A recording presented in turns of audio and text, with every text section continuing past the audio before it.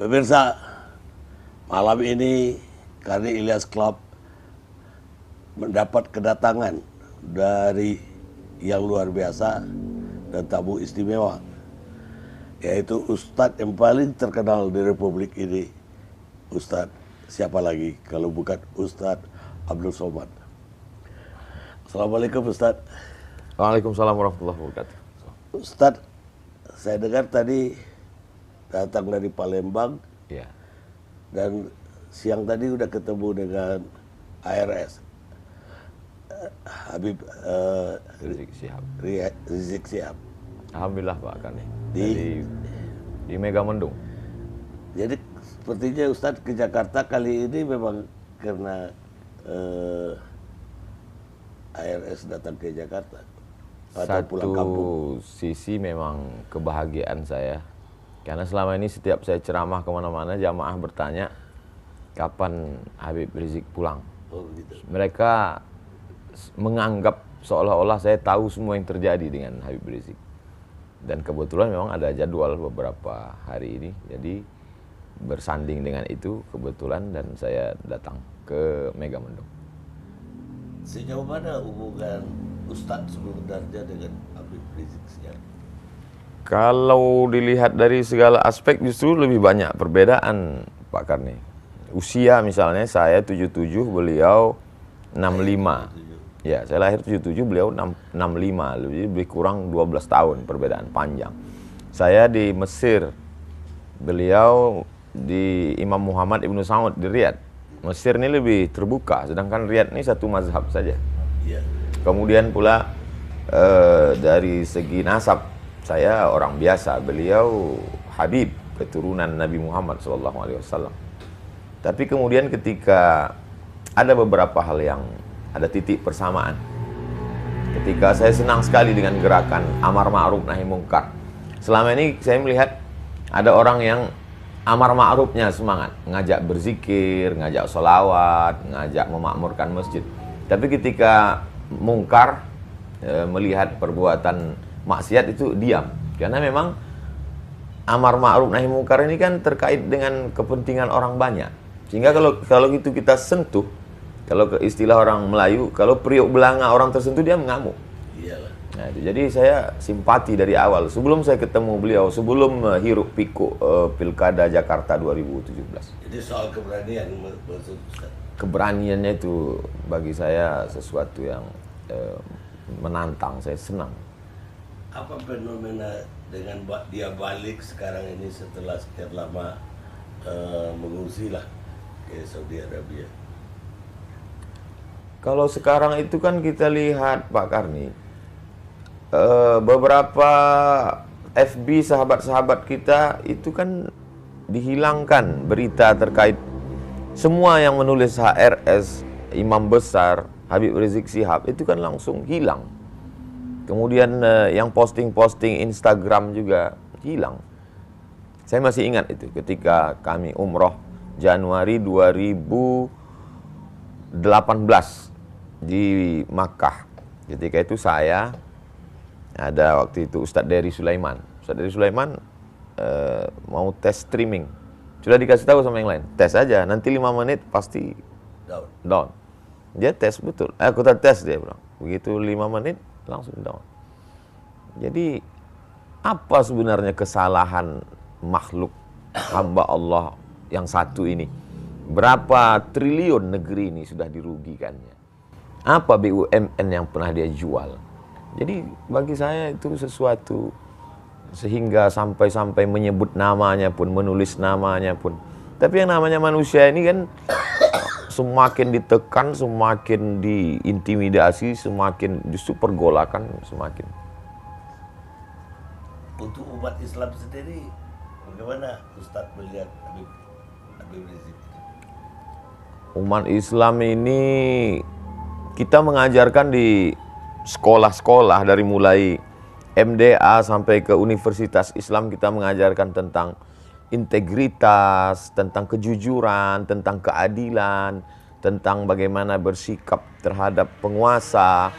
Tapi kemudian santri-santri itu dalam tanda kutip bisa melihat hipokrit. tidak sesuai dengan yang dibaca di kitab kuning, tidak sesuai dengan yang dia dengar dalam ceramah, dalam kenyataan. Maka dia menggantungkan satu harapan, sosok yang dia rindukan. Dan itu terjawab pada diri Habib Rizik Syihab. Jadi sebab itu kalau ada orang bertanya, apa rahasia di balik manusia bisa menyambut beliau sedemikian ramai? Ada yang mengatakan 3 juta di airport itu. Apa di balik itu semua? Kalau bagi saya simpel saja. Orang sedang mencari sosok, kemana dia menggantung harapan. Ketika dia lihat sosok itu, hatinya sudah terpaut. Kalau sudah cinta, apapun dia lakukan.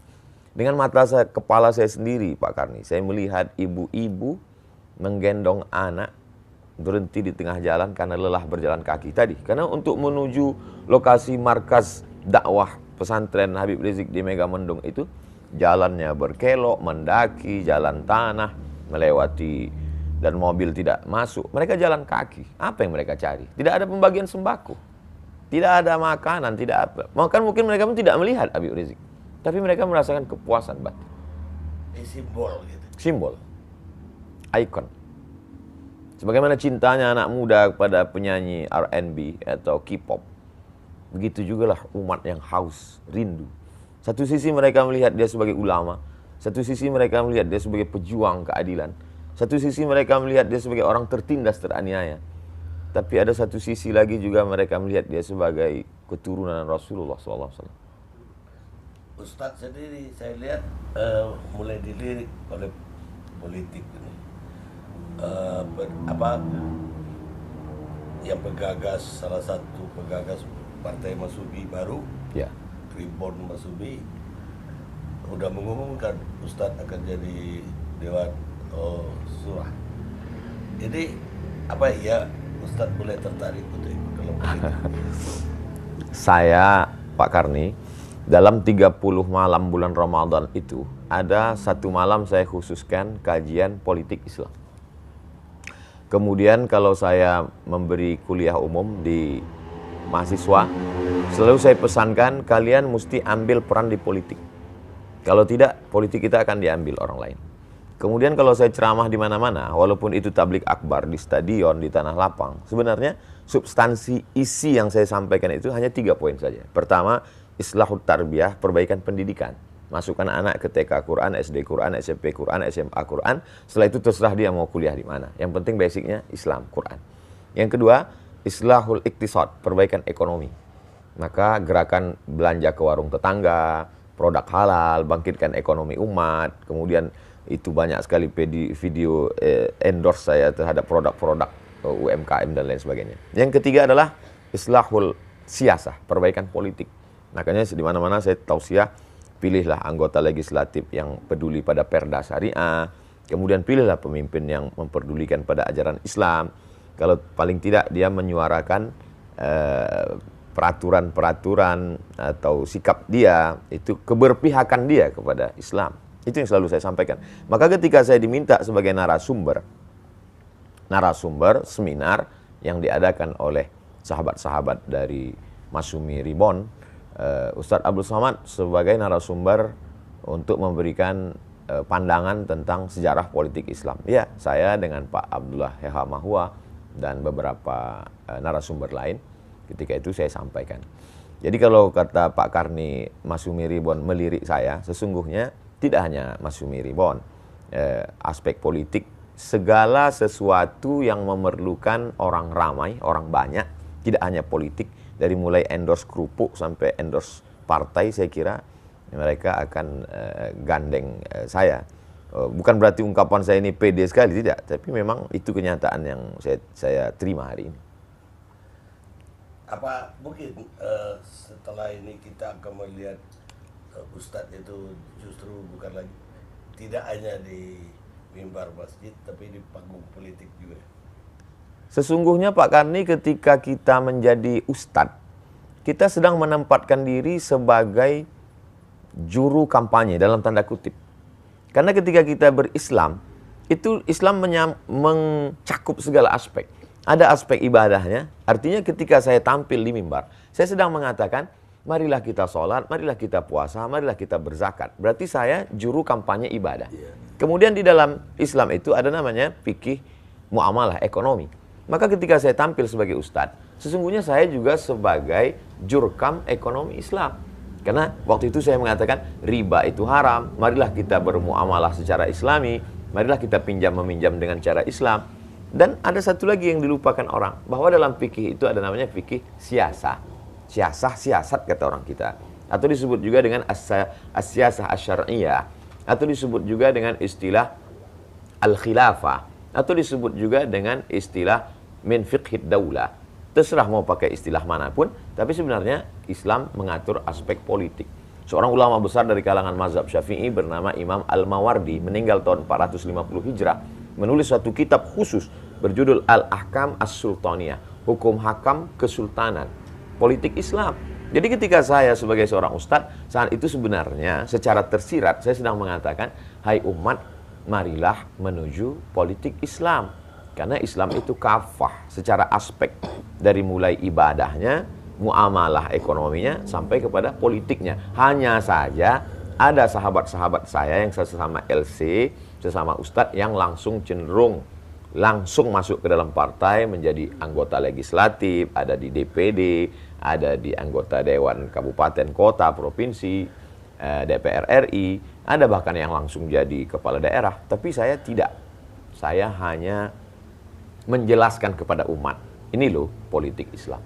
Tapi sebagai pelaku politik praktis langsung, saya kira tidak. Karena saya memang secara historis, sejarah pribadi saya, kakek dulu mengatakan cucuku yang ini sekolah agama. Jadi saya memang sudah disetting dari awal belajar agama. Maka saya tidak SD, saya madrasah ibtidaiyah, sanawiyah, aliyah, kuliah di Al-Azhar, S2 hadis di Maroko, S3 juga hadis. Lalu kemudian saya menjelaskan ajaran Islam. Jadi insya Allah saya tetap pada pendidikan dan dakwah, Pak Kami. Walau ya seperti waktu ditawarin jadi wakil presiden pemilu yang lalu, Ya. kan Ustadz mengatakan Ustadz mau jadi berdakwah aja, mau jadi Ustadz aja, tidak mau jadi wakil presiden atau orang praktisi politik lah. Apa itu tetap? Insya Allah Pak Kami. Jadi saya mensupport kawan-kawan, sahabat-sahabat saya, bagi-bagi tugas. Ada yang jadi penjaga gawang, yang mengajarkan kitab kuning di pondok-pondok itu mereka tidak pernah tampil ke depan. Menurut saya ini adalah penjaga gawang. Lalu kemudian ada yang menjadi back, ini yang menjadi anggota legislatif, ini mereka adalah backnya. Mereka membackup ini ajaran Islam di parlemen. Lalu kemudian ada yang menjadi striker, penyerang di depan, yang langsung tampil di depan mempengaruhi umat. Jadi saya tidak ingin kita saling salah menyalahkan. Saya tidak mengatakan, Pak Kiai, Tuan Guru, Ustadz, kalian kok cuman di tiang gawang aja, maju ke depan. Dan mereka juga tidak menyalahkan saya. Ya Abdul Somad, kenapa kamu terbang ke sana kemari, jaga ini tiang gawang? Enggak, kita bagi-bagi tugas. Jadi gak akan duduk di partai Basuki itu kesimpulannya? Saya akan mensupport sahabat-sahabat. Dari atas, dari bawah. Dari bawah saya akan menyadarkan umat tentang pentingnya politik Islam. Karena sekarang banyak umat ini sudah putus asa dia dengan politik Islam ini, Pak Kani. Saking banyaknya politik Islam ditambah lagi dengan pelaku-pelaku politik Islam itu sendiri. Lalu kemudian al-Islam mahjubun bil muslimin. Ajaran Islam itu terhijab, terdinding, tertutup oleh perilaku umat itu sendiri. Saya ingin menjelaskan, ini loh Islam, ini perbuatan umat Islam. Jangan karena kamu sholat di masjid sendalmu hilang, lalu kau salahkan satu masjid. Bedakan perilaku umat Islam dengan politik Islam. Politik Islam itu bersih. Karena kalau politik ini kita tinggalkan, maka habislah suara kita.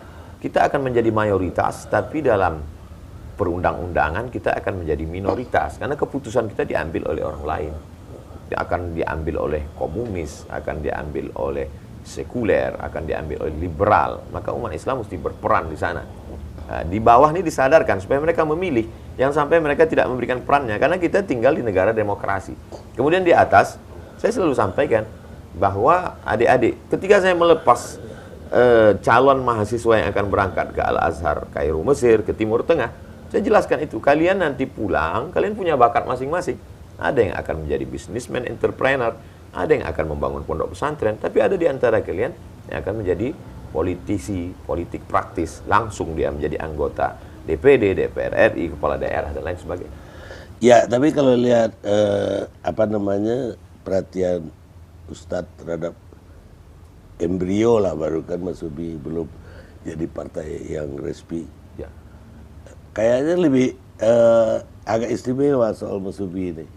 Karena partai-partai Islam lain selama ini nggak kelihatan ada pendekatan atau keakraban Ustadz. Ya.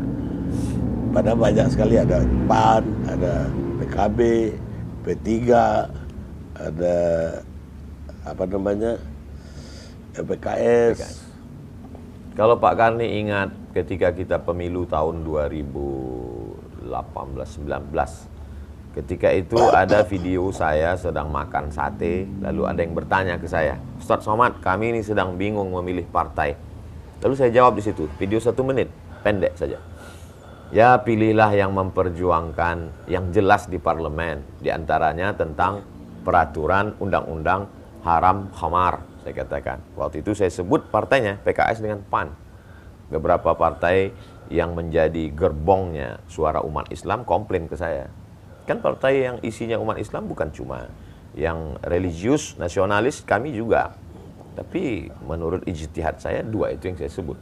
Jadi artinya kalau saat itu saya sebutkan PKS, saya sebut PAN, hari ini saya bersama dengan orang-orang tua, sahabat-sahabat Mas Sumi, karena ada sejarah masa lalu. Saya sebenarnya ingin menjelaskan, mereka bisa saja berbeda seragam, berbeda baju, karena saya berprasangka baik, husnuzon, kullu mujtahid musib.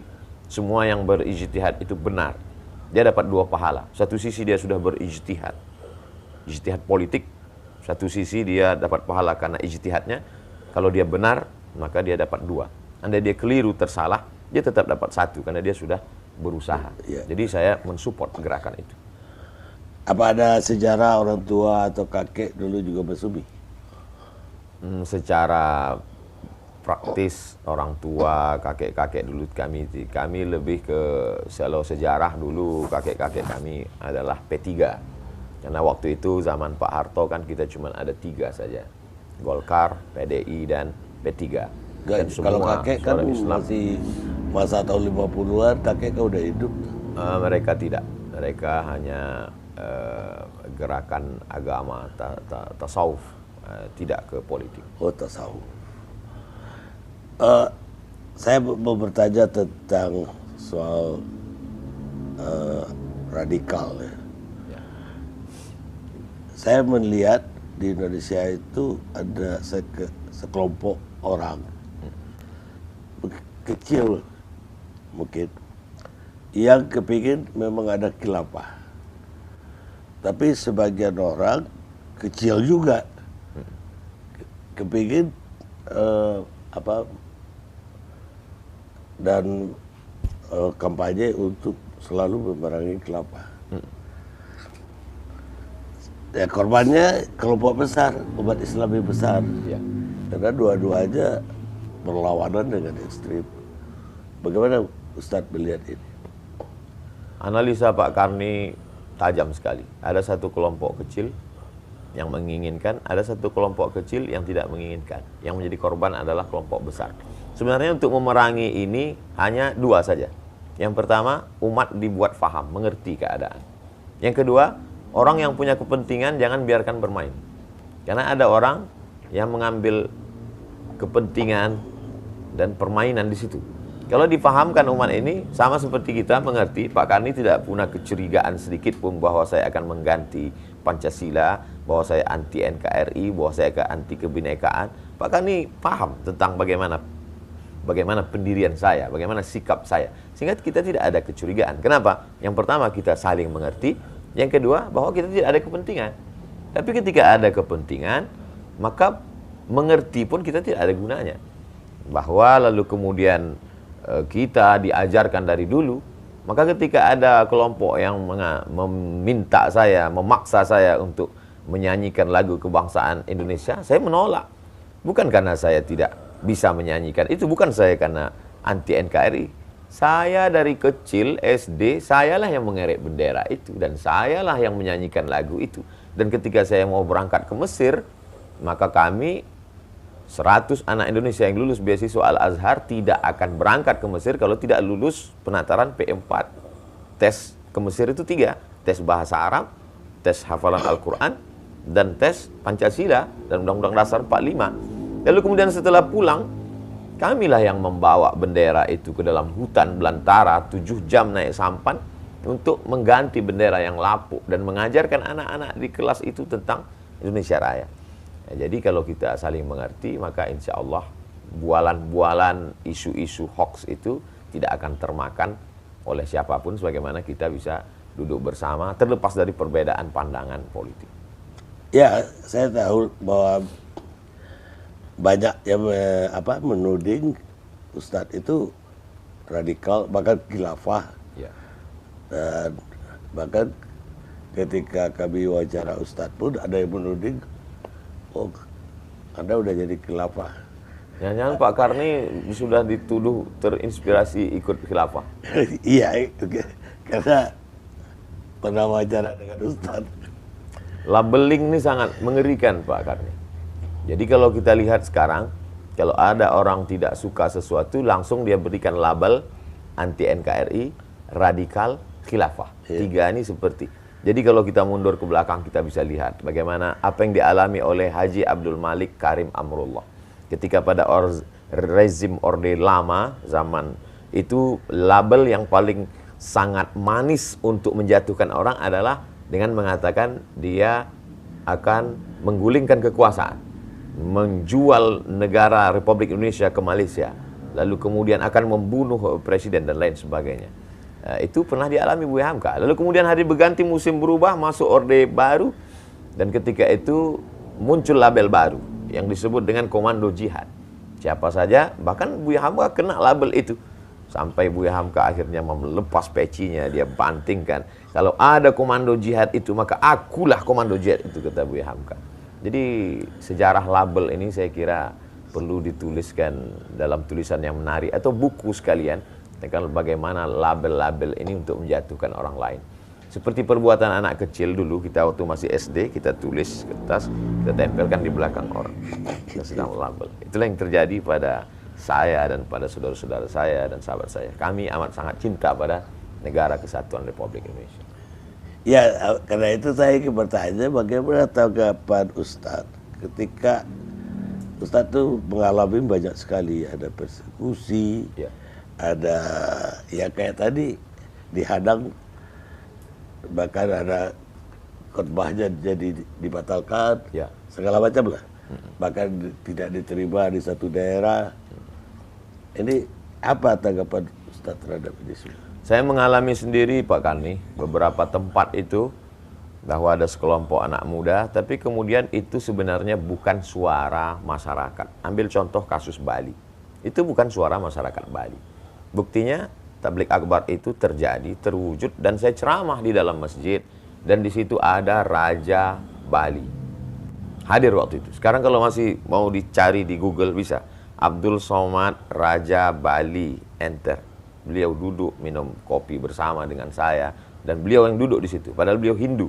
Beliau menjamin selama saya ada di sini, Ustaz Abdul Somad aman ceramah. Artinya dua tadi, pemahaman yang mesti dibenarkan, yang kedua mesti diluruskan, dibetulkan, yang kedua jangan ada kepentingan. Karena sekelompok orang ini bermain di bawah atas nama kepentingan. Kalau kita lepas dari ini, maka fitnah-fitnah ini akan hilang dan kita bisa jaga keberaneka-ragaman kebangsaan kita ke depan. Kita mesti bangun bangsa ini karena kita begitu amat sangat banyak suku, multi etnis, multi bahasa, multi agama. Kalau ini dipelihara konflik ini, kita na'udzubillah, ini fitnah besar. Jangan sampai ini terjadi pada umat dan bangsa ini. Iya, tapi sebaliknya juga dari kelompok Islam juga ada kecurigaan terhadap bangkitnya kembali komunis misalnya. Ya. Ustadz bagaimana melihat, memang ada gejala apa komunis ini akan bangkit? Saya kira mesti ada kejujuran Pak Karni. Jadi kejujuran bagaimana kenapa orang yang mengibarkan bendera la ilaha illallah dilarang, ditangkap, dikriminalisasi? Lalu kenapa orang yang menulis buku Aku Bangga Sebagai Anak PKI dibiarkan? Jadi kalau ada kecurigaan umat, ini kan lalang kering. Lalang kering ini mesti disiram supaya apinya tidak menjalar kemana-mana. Jadi jangan sampai kita belah bambu, yang satu diinjak, yang satu dinaikkan. Kita harus bersikap adil. Maka dalam Islam diajarkan i'dilu, bersikap adillah kamu. Wa aqrabu littaqwa, adil itu lebih dekat kepada takwa. Jadi pemimpin yang ditaati itu pun dalam Islam sifatnya dua. Betul, atiullah wa atiur rasul wa ulil amri ta'ala kepada pemimpin. Tapi syarat pemimpin itu dua. Pertama, idza hakamtum bainan nas an tahkumu bil adli. Kalau menetapkan hukum dia adil. Lalu kemudian innallaha ya'murukum an tu'addul amanati ila ahliha, meletakkan amanah pada tempatnya dan dia bersikap adil. Jadi kalau umat ini mulai ada komplain, dia lihat ketidakadilan, maka bersikap adil, maka insya Allah isu-isu itu akan hilang dengan sendirinya, termasuklah isu komunis. Baik, Ustaz, ada satu hal lagi yang mungkin ini apa ya, apresiasi saya. Ustadz itu bagi saya menarik sekali ketika saya banyak melihat Ustadz tidak hanya berkhotbah di kota-kota besar, tidak hanya di masjid-masjid yang terkenal, tapi sampai ke kampung-kampung, bahkan saya lihat naik perahu segala, ke suku-suku terasing, ke dusun-dusun di berbagai penjuru. Nah, kemudian juga di TV, Ustadz betul-betul selektif sekali untuk tausiah di TV. Dan saya terima kasih sekali Ustadz, satu-satunya pilihan Ustadz Raja TV One. Ini tujuan Ustadz bagaimana ini? Apa yang mendorong Ustadz begitu? Saya dulu cita-cita saya simpel saja Pak Karni. Saya pulang, saya ingin beli tanah yang di kampung itu tidak ada ustadznya. Lalu kemudian saya akan buat kolam ikan, tanam cabai, tanam bawang, tanam kangkung. Saya menjadi guru mengaji. Syukur-syukur rezeki berlebih, saya bisa buka pondok pesantren. Simpel saja dulu. Tapi kemudian almarhumah ibu saya mengatakan, kau kan S2, baguslah kau tinggal di ibu kota provinsi. Saya bilang kita tak punya channel, kita tak punya kenalan, gimana mau mengajar di kampus? Allah kasih jalan, kata dia.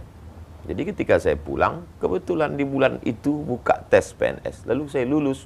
Saya kemudian memberikan tausiah, ceramah dari masjid-masjid ke surau. Lalu kemudian ditakdirkan Allah viral.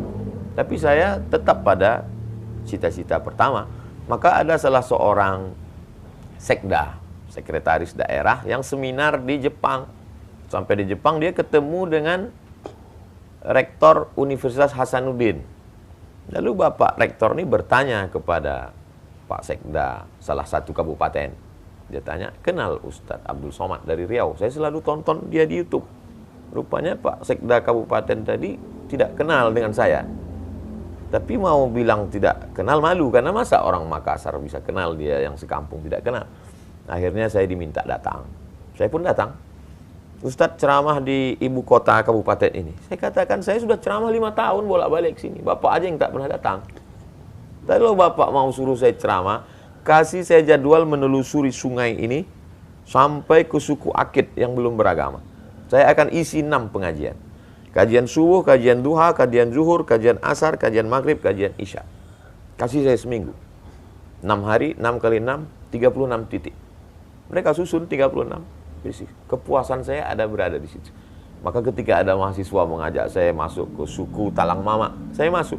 Dari Pekanbaru 5 jam, masuk ke dalam 7 jam. Sampai hari ini, dalam setahun itu saya khususkan ada 2 bulan, saya masuk ke pulau-pulau. Sahabat-sahabat mengajak saya dari Dompet Duafa, dari Dewan Dakwah, dan lain sebagainya. Dewan Dakwah salah satu yang konsen. Ada kepuasan batin saya di sana. Mana memang tujuan awal saya, yaitu bahwa dulu ketika di Mesir, Pak Karni, kita waktu itu krisis, kesulitan. Dan ada orang Mesir itu dia punya peternakan ayam, namanya Muhandis Abdus Salam. Dia kaya sekali. Setiap bulan, krisis moneter kami sulit dapat kiriman. Dia yang memberi kami bantuan. Di samping beasiswa Al-Azhar. Suatu ketika sedang berkumpul, kami datang bertanya ke Muhandis Abdus Salam. Apa yang doa engkau inginkan dari kami? Biasanya orang kalau dia kasih uang, dia minta doakan saya. Kata dia, jangan doakan saya. Kamu nanti pulang ke negerimu, kamu sebarkan saja Islam ini ke kampung-kampung. Karena saya pernah sampai ke sana, di kampungmu masih ada orang yang belum pakai baju, kata dia. Sampaikan. Jadi apa yang saya lakukan hari ini adalah janji saya pada kakek-kakek saya dulu, kemudian pada orang Mesir yang dulu pernah berbuat baik pada kami. Tentang televisi, Pak Karni, TV One bukan satu-satunya tempat yang pernah saya menyampaikan tausiah. Saya pernah di televisi ini, saya pernah di televisi anu. Lalu kemudian ceramah saya diatur, saya harus pakai baju ini. Di menit sekian saya mesti tertawa, di menit sekian saya mesti menangis. Saya tidak bisa begitu. Saya tidak bisa begitu. Ceramah saya tidak bisa diatur. Saya menemukan kebebasan di TV One. Kalau andai satu zaman, satu masa, satu bulan nanti TV One memperlakukan saya seperti itu, saya mesti diatur menangis di menit kemudian, saya tidak boleh bicara ini. Mungkin saya akan keluar dari TV One dan saya lebih memilih ceramah di channel Pak Karni Ilyas. Insya selama saya jadi pemretnya nggak ada peraturan begitulah. Untuk yang lain pun tidak. Tapi gini, Ustadz sendiri dari Aliyah, dari Madrasah Ibtidaiyah, Aliyah, sampai akhirnya sekolah ke beberapa negara. Ya. Ke Al-Azhar, ke Maroko, ke Sudan terakhir. Sudan. Ini beasiswa semua atau biaya dari mana? Pada tahun 1998, Indonesia mendapat jatah 100 beasiswa ke Al-Azhar Kairo, gratis, selesai S1. Saya ikut tes, waktu itu untuk Provinsi Riau, Aceh, Sumatera Utara, tesnya di Medan. Saya lulus. Dapat beasiswa, tiket ditanggung oleh Al-Azhar Kairo. Lalu kemudian setelah itu ada lagi namanya Ajong Marocain Cooperation International, AMCI. Itu memberikan beasiswa untuk anak Indonesia 15 orang. Dan saya mengirimkan berkas, ijazah, transkrip nilai.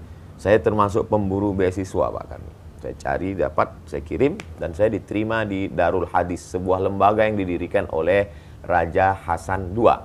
Ayah dari raja yang sekarang, Raja Muhammad VI.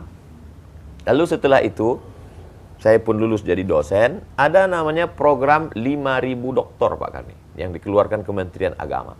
Adik kelas saya lulus, dapat beasiswa 5.000 doktor. Lalu dia datang ke saya, Bang, saya dapat beasiswanya besar, 1 tahun 200 juta. Berarti kalau 4 tahun bisa 800, kata dia. Beasiswa ditanggung full. Saya pun ajukan. 3 tahun saya ajukan, Pak Karni. 3 kali 3 tahun nggak dapat. Tak tahu apa kesalahan. Padahal saya sudah terdaftar. Sampai pernah datang Pak Dirjen dengan Pak Rektor. Pak Rektor nanya ke Pak Dirjen, ini Abdul Somad ini sudah 3 kali ngajukan, kenapa nggak dapat beasiswa? Nggak tahu kenapa. Sampai akhirnya suatu hari saya pergi dalam perjalanan dakwah di airport Cengkareng, saya ketemu dengan seseorang di toilet. Dia mau keluar, dia lihat saya, Ustaz Abdul Somad ya? Iya, kata saya. Dia keluarkan kartu namanya, saya dari Surabaya. Ustadz mesti doktor. Ustadz daftar S3 dimanapun di seluruh dunia ini, saya tanggung sampai selesai. Tiket pesawat, semua biaya. Nih, datang ke saya. Seolah-olah Allah Ta'ala ingin mengatakan kepada saya, Abdul Somad 3 kali kau ajukan ke Kementerian Agama tidak lulus. Nih, ku kasih cash. Kalau aku berkehendak, aku bisa. Ketemunya di toilet lagi, di tempat setan. Bisa ketemu malaikat di tempat setan. Tapi alhamdulillah Pak Karni, sampai hari ini saya tidak temui itu Bapak. Nah, kartu namanya ada. Saya tidak minta. Tak tahu datang dari mana, setiap orang kasih saya uang yang dolar, saya simpan di satu amplop. Akhirnya saya kumpul itu, cukup untuk biaya kuliah saya, bahkan berlebih. Tiket pesawat saya 2 kali saya ke Sudan bolak-balik. Kuasa Allah SWT. Betul, kata ibu saya dulu, almarhumah, rezeki itu tak berpintu, nak. Kalau kau lulus PNS ini, berarti disitulah letak rezekimu. Andai kau tak lulus, rezeki Allah akan datang dari pintu yang lain. Saya yakin dengan itu. Itu sebenarnya cara Allah untuk meyakinkan saya. Yang selama ini kau belajar di Azhar, sudah kau baca hadisnya, sudah kau hafal ayatnya, tapi kau belum ketemu di alam nyata. Saya banyak mengalami hal-hal yang di luar logika akal. Salah satunya adalah selesainya saya bisa menyelesaikan S3 ini Pak Kani. Saya waktu itu tidak punya kesempatan. Saya sudah terdaftar. Referensi saya sudah penuh kamar itu. Buku-buku dikirim oleh kawan-kawan saya. Karena disertasi saya tentang kontribusi Syekh Hasyim Asy'ari dalam penyebaran hadis di Indonesia. Teman-teman saya memberikan buku dari Pulau Jawa, dari pondok pesantren di Jawa tentang Mbah Hasyim. Tapi saya tak punya waktu kesempatan. Sampai akhirnya video saya dengan Pak Prabowo viral. Wawancara di TV One. Lalu kemudian ketika itu menjadi viral, ternyata politik ini tidak sesimpel yang kita bayangkan. Maka mau tidak mau, jadwal ceramah saya 4 bulan mesti hilang sejak pertemuan itu. April, Mei, Juni, Juli. Di 4 bulan full itulah saya tidak ada main handphone, tak ketemu orang. Saya hanya menulis saja. Menulis. Akhirnya saya pergi ke Sudan dan saya sampai ke sana setelah melewati lebih dari 20 kali perbaikan, revisi, akhirnya sudah siap disidangkan. Ternyata saya baru terdaftar 2 tahun kurang 6 bulan. Akhirnya saya disidangkan Desember 2019 dan bulan Februari saya datang ke Brunei Darussalam. Sudah siap kertasnya diserahkan oleh rektor. Ini kertas sudah ditandatangani sebulan yang lalu. Abdul Somad sebagai visiting professor di University Islam Sultan Syarif Ali Brunei Darussalam. Jadi saya lihat hidup ini kita jalani saja, mengalir saja. Niat baik, buat baik, Allah kasih baik. Andai tidak baik, berarti Allah sedang menguji kita. Jadi saya banyak belajar hidup bukan dari buku tapi dari yang saya alami. Saya kira demikian Pak. Baik, apa ada putra putri yang ikuti jejak Ustaz? Anak kandung 1 orang. Kalau anak biologis 1 orang. Namanya Mizian Hazi Abdillah. Tapi saya tidak paksa anak saya mesti ikut seperti saya. Anak saya mesti TK Al-Quran. Dia hafal juz 29, juz 30. Umurnya 5 November ini genap 7 tahun. Saya mesti masukkan dia ke SD Al-Quran, SMP Al-Quran, SMA Al-Quran. Setelah itu nanti terserah dia mau jadi apa. Kalau dia mau ikut jejak saya ke Mesir, saya akan kirim dia ke Al-Azhar Kairo. Kalau dia tidak mau ke Kairo, terserah dia. Saya lihat sekarang dia banyak main kereta api. Mungkin dia mau jadi masinis, terserah. Yang penting dia jadi apapun, dia bisa menolong agama Allah. Berapa orang putra? Anak saya 1 orang. Oh, 1. Dan Ustadz sebetulnya kalau lihat dari CV-nya kan lahir di Asahan ya. Asahan, Sumatera Utara. Tapi besarnya di Pekanbaru. Saya Riau. sampai 1900 saya kuliah sekolah di SD di Kisaran, ibu kota Kabupaten Asahan. Lalu setelah itu melanjutkan ke Madrasah Sanawiyah Muallimin Al-Jamiatul Wasliyah Jalan Sisingamangaraja Medan sampai 1995. Setelah itu saya berhenti sekolah karena menurut saya sekolah itu tak ada gunanya. Presiden sudah ada, menteri sudah ada. Saya bilang ke orang tua saya, aku tak perlu sekolah lagi, belikan saja aku 1 mobil truk mau jual ikan asin. Karena saya lihat jual ikan asin lebih kaya dan lebih banyak uangnya. Tapi orang tua, ibu khususnya memotivasi saya untuk terus sekolah. Akhirnya saya sekolah, ijazah terakhir saya di Nurul Falah Air Molek Indragiri Hulu. Itulah satu-satunya sekolah yang mau menerima saya. Sekolah itu amat sangat besar jasanya. Selalu saya sampaikan motivasi, jangan pernah menjudge orang. Walaupun anak itu bandel, nakal, boleh jadi dia punya harapan. Terimalah dia, seperti sekolah ini dulu mau menerima saya. Lalu kemudian setelah itu 98 saya ke Mesir, tahun 2004 saya ke Maroko, 2017 saya ke Sudan, 2019 berakhir dan saya keluar dari PNS 2020 sampai hari ini dan dipertemukan dengan Pak Karni. Baik, Ustadz, terima kasih banyak sudah mau meluangkan waktu untuk Karni Ilyas Club. Pemirsa, demikianlah bincang-bincang kita atau ngobrol kami berdua yang direkod oleh Karni Ilyas Club.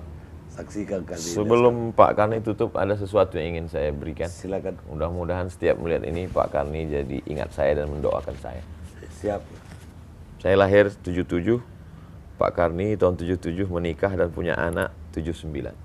Jadi saya mungkin sebaya dengan anak Pak Karni. Saya mau pasangkan tulisan UAS Ustadz Abdul Somad. Makasih Ustaz. Barakallah. Mohon izin Pak Karni. Iya.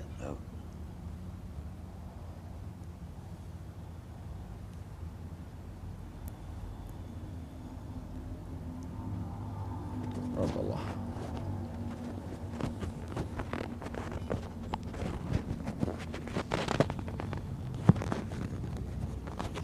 Oke. Makasih. Jazakumullah. Barakallah. Dan terima kasih udah meluangkan waktu Baik Pak Karni. sampai jam berapa itu?